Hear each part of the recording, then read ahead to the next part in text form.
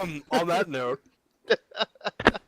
Cloud Strife was sitting in a carriage which was bringing him to a noble party. Aw, shit, yeah. It's He about was to get wearing real. an apricot-colored dress with a lot of frills on it, and he looked more like a princess than the man he was. Bitches be hating. What? Don't be hating Usually- because I'm beautiful.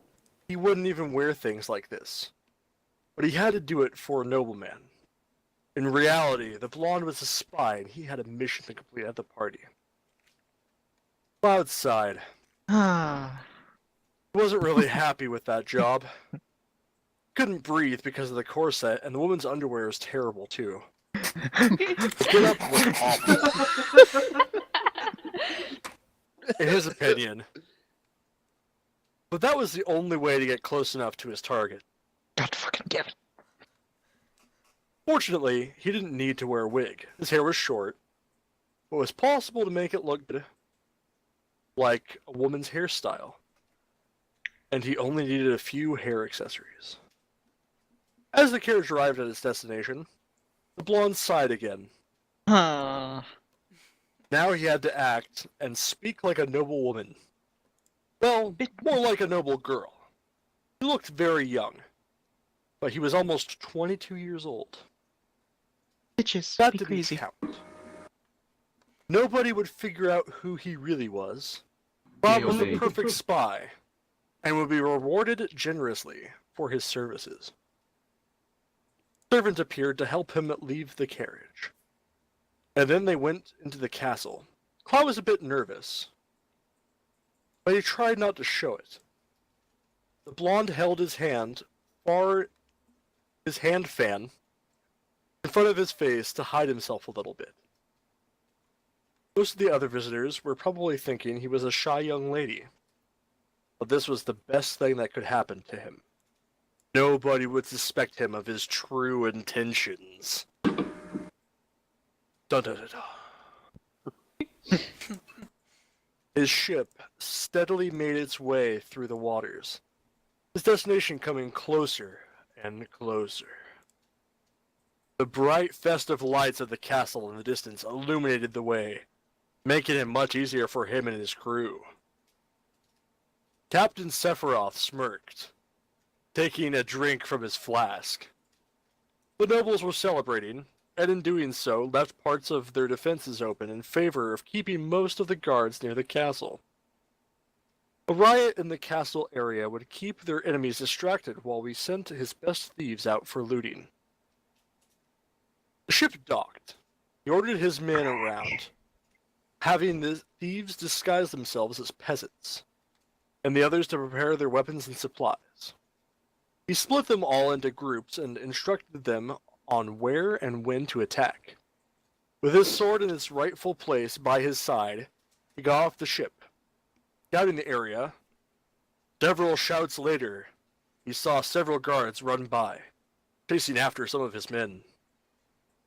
Taking advantage of the distraction, he sprinted off further into the castle grounds, finding another spot to hide again, while signaling to his crew to take their spots. Night was going to be a great night. Oh my. Cloud observed his surroundings. Holding a glass of champagne in his right hand, he wasn't drinking much of the alcohol because he had to keep a clear head. Target hadn't arrived yet, and he didn't know why. Blonde spy really hoped that he hadn't made a mistake. He'd followed the instructions of his client strictly, but maybe he had overlooked something. Damn. What did he do now? He didn't leave the party without a reason. But he had to contact his client somehow. Cloud really hated it whenever something like this happened. While he was thinking about a good plan on how to get out there, he heard some weird noises, but didn't pay attention to it. Oh. Oh. Oh dear. Sephiroth broke through a window, and two of his crew members immediately ran inside, causing screams to break out amongst the nobles. He went in after them, and the rest followed, drawing the guards to the inside of the castle and leaving the outside with less defenses. He pushed the nobles out of his way and slashed at the guards that trailed after him, managing to leave a giant cut on the leg of one. Meanwhile, his crew scattered, forcing the guards to spread out to go after him. Sephiroth made his way through some doors, and there he interrupted a dance. Pushing his way through the panicking crowd, he stopped by a wall which had large windows that offered a generous view of the outside environment. He stopped. The guards surrounded him in a half circle. Acting quickly, Sephiroth took hold of the closest person next to him, a woman in a pale-colored dress, and held her close, placing his hand over her mouth and his sword near her throat. The door opened. Before Cloud noticed what was going on, someone grabbed him tightly. Usually he was able to free himself, but he stayed still for a moment as he felt cold metal on his skin. That wasn't good, and he couldn't make any moves with his dress either. What was happening? Had he been discovered? And why were all these guards here anyway? The woman didn't move, and the guards froze. Sephiroth backed up slowly, taking the woman with him, and his back touched the windows. Guards went in, cornering him even more, and then Sephiroth did it. He smashed his elbow into the glass, shattering it, and leaping out onto the balcony, taking the woman with him. He stood on the ledge and jumped off, aiming for the bushes.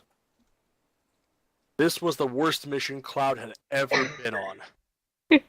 About to get a whole First lot he had to worse. dress up like a little princess, and now this. The blonde really just now that this was a pirate, and he didn't want to be abducted by scum like this. And as his captor was distracted by the guards, he tried to hit the other. Sephiroth threw the woman over his shoulder, ignoring her punches and kicks as best as he could, though they hurt him a lot and sometimes even made him stumble. He headed back to the ship, but he stopped those that tried to follow him. Their mission wasn't over yet, but he had to deal with the woman before he could do anything else. Once on the ship, he grabbed some rope and went down to his quarters. A particularly hard kick struck his leg, and he hissed in pain. Throwing the woman against the wall and tying her hands to a small hook on the ceiling, she had to stand on tiptoe to be comfortable. The uncouth treatment made Cloud's back hurt a lot. He tried to get free, but all his efforts were in vain. Shit! He shouldn't have let the pirates bring him to his ship. The blonde didn't need to hide his true identity anymore. It was too late now. Let me go, you idiots! I agree. God. Let me go, you idiots! You'll be sorry for this. Silverhand Man snorted at the insult, but then he grew suspicious. That voice sounded a bit too low to come from a woman. He grabbed her by the neck and pinned her against the wall, shoving his face in hers. Me? Sorry? And how will you manage to do that? Be soon enough, Cloud warned. The spy didn't fear this pirate as much as he'd thought he had before, and although he was choked up a little bit, he was still able to fight. Once the pirate was close enough, he kicked the other man again. He wasn't a woman anyway, and this pirate hadn't seemed to notice that yet. Sephiroth grunted as he was kneed in the stomach, and he tightened his hold around the blonde's neck. Who are you really? I have never heard of any noble that could fight so well, but you underestimate me. Silverhand Man stepped on the woman's foot, smirking in satisfaction when he heard a small sound of pain. Cloud gasped in pain, and then glared at him. Bastard! You are such a coward! I expected that from someone like you! Sephiroth chuckled at the insult. It had been said in such an unwomanly voice. With his other hand, he touched the blonde's chest. causing the other to look at him with slight confusion. Flat. No breasts. You must be a pervert. Of Buddy all in the your channel things to timed out. do to participate in a celebration with the nobles, becoming like a woman is one of the most unnecessary. User disconnected from He your released the channel. man's neck, cupped his chin, rubbing his thumb around the lower lip. Buddy disconnected from your channel. As Cloud heard these allegations, he got really angry. He wanted to yell at the other, but the silver-haired man fondled his chin and rubbed his lip before the blonde could do so. He opened his mouth and tried to bite him. Buddy joined your Sephiroth pulled channel. his stinging thumb away, watching the tiny amount of blood that had leaked out. Naughty little thing, aren't you? It is your own fault, Cloud said with an arrogant tone. Sephiroth took some more rope and, fighting against the kicking blonde, tied the other man's legs together. It had taken a lot of effort, and still the blonde fought him as he lifted him and threw him onto the bed. Receiving an irritated glance from the other, the silver-haired man then unsheathed a small knife and pressed it against Cloud's throat, digging it into the pale skin. I need to deal with you. However, I will give you a choice. Since you apparently love to be a woman, act like one. Lay there and take me into your body. Or, if you don't want to do that, I can kill you quickly. Sephiroth put more pressure on the blade, drawing blood to make his point. I don't have much time here. Make your choice. Cloud was more afraid of the proposal than the blade on his skin. What? I was only on a mission! I never expected something like this to happen! What was this pirate thinking? The blonde was still a man under all this fabric. Or was the other man gay? Oh no. Oh no! Cloud didn't know what to do. He thought he never would fear death, but now he wasn't sure. He didn't want to die, but he didn't want to sleep with that pirate Buddy either. in your channel timed out. I have another proposal. I'll give you money if you release me, A mission? Sephiroth inquired, ignoring the other man's proposal. His own curiosity was piqued. And what were you doing? He shifted until he lay over the blonde and put all of his weight on him. I was only a spy for a nobleman at the party, that's all, Cloud answered. He didn't want to mention the nobleman's name because he didn't know what the pirate intended to do then. As the silver-haired man laid on him, he almost couldn't move and tried to squirm free, unintentionally stirring something in his captor. Really? Sephiroth shifted again, where he trapped the blonde. I don't think I believe you. He slapped the man when he wouldn't stop moving, making his face turn to the side and receiving an angry glare in response. But you still haven't made a choice. Don't make me choose for you.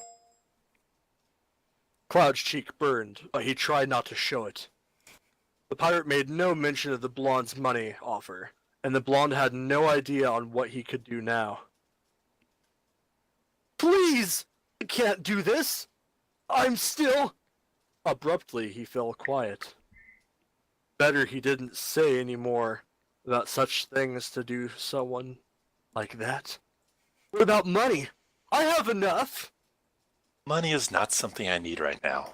I have a nearly infinite amount for my connections. Sephiroth leaned closer to the blonde's face. Speak up. What did you say you were? Cloud turned his face away again and blushed a little bit. I can't say it. What could he do now? He didn't want to sell his body to scum like this for his release. Interesting, Sephiroth thought. He took the knife off the blonde's throat and cupped his chin, forcing their eyes to meet. Say it. Say it loud.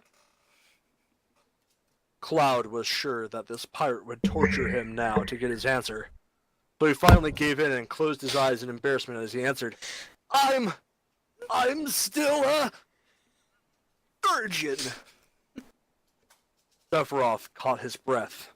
This new piece of information shocking him. It wore off soon, however, and he smirked. He grasped the blonde's crotch, squeezing it harshly. The blonde opened his mouth to let out a gasp, and the silver-haired man didn't hesitate to cover the other man's mouth with his own, trapping him in a quick kiss. Killing you would be a very big waste then. Said, staring down at his captive with a predatory glaze. What do you say? I will set you free if you give me your virginity. If not, then you will stay until I have it. Cloud couldn't believe what was happening here at this moment. Fortunately, the kiss didn't last very long. But as he heard what the silver-haired man said, and was planning now, he looked at him, confused. You would keep me here for this? Don't make me laugh! Sephiroth snorted. You act like a woman. You will be treated like one. He grasped the angry blonde's hands, moving his head out of the way to dodge a punch, and grunted when the other man's fist made contact with his shoulder. The silver-haired wrestled him down, pinning bond arms to the bed with both of his hands. He straddled the blonde's lower body and looked down at the confused but angry face, his hair spilling down and touching the other's skin. You know perfectly well what I want, and I will have you know that what I want, I will get. It was only disguise, you idiot! Cloud yelled. As the silver-haired man pushed him into the bed again, the blonde got scared but tried not to show it. I'm not a woman! Let me go! He struggled to break free from the pirate. Oh, I know you're not a woman. Sephiroth leaned backwards and began to grind against the blonde's crotch. But that doesn't change that fact that you admitted that you were a virgin. And besides, I only want to reward you for helping me. Cloud suppressed any noises from his throat as he itched again, and only glared at the other man. What does it matter that I'm a virgin? I'm a man, damn it! Now I don't want any rewards from someone like you. If you are in my debt, then let me go already. It matters quite a lot to someone like me, but I cannot let you go, you see. You can easily tell the guards where I am, and there is also the risk of you being discovered. Sephiroth nearly cursed. He couldn't spread the blonde's legs without undoing the rope. Would have to fix that soon. So you are saying you can't let me go because I could call the guards? That is proof that you never wanted to release me in the first place! Cloud should have known better that he couldn't deal with such scum. He tried to move his hips more to throw the other man off.